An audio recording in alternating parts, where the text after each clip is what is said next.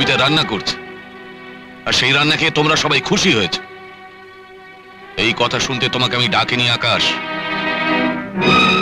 আমি তোমাকে ডেকেছি কবিতাকে যাতে রান্না করতে না হয় সেজন্য, কবিতাকে যাতে ঘরের কাজ করতে না হয় সেজন্য, তোমাদের ঘরে যাতে 2-4 জন কাজের লোক থাকে সেজন্য, রান্নার জন্য আলাদা বাবুর্চি থাকে সেই জন্য।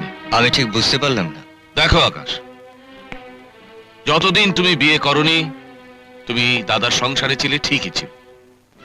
এখন তুমি বিয়ে করেছো, তোমার সংসার হওয়া দরকার, তোমার নিজের সংসার, শুধু তোমার আর কবিতার।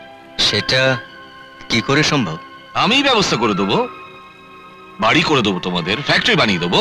না না, ব্যবস্থা করার কথা বলছি না, কিন্তু দাদাকে ছেড়ে ভাইকে ছেড়ে আলাদা, সেটা কি করে সম্ভব?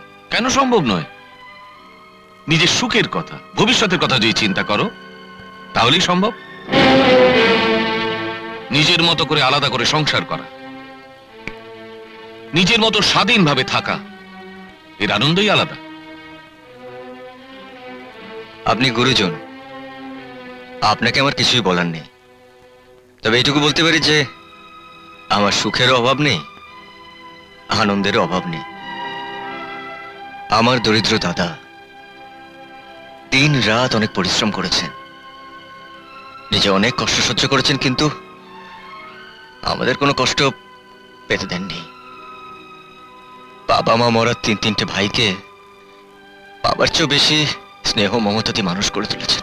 কি করেছে তা তো দেখতেই পাচ্ছি। অন্য 2 ভাইকে তবু তো লেখাপড়া শিখেছে, তোমাকে তো তাও শেখাই।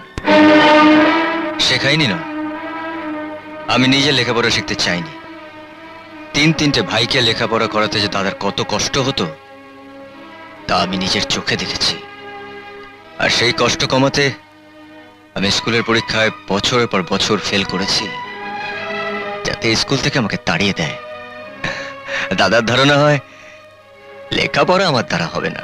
তোমার অন্য ভাইরা তোমার মতো বোকামি করেনি, তারা তাদের ভবিষ্যৎ ঠিকই করে নিয়েছে। এরপর দেখবে চাকরি করে বিয়ে করে তারা। না না না, তা হবে না, কারণ একজন আরেকজনের প্রতি দায়িত্ব পালন করতে শিখেছি আমরা। স্বাধীনতার নাম করে দায়িত্বহীন না হয়ে মিলেমিশে এক পরিবারে থাকা যে কি সুবিধে সেটা আমরা জানি। আমরা ভাইরা কোনোদিনও সংসার ভেঙে আলাদা হব না, বরং এই সংসারটাকে সোনার সংসার গড়ে দাদা স্নেহের প্রতিদান দেব আমরা। আর এই আমাদের মধ্যে আপনার কবিতাও একজন। নমস্কার।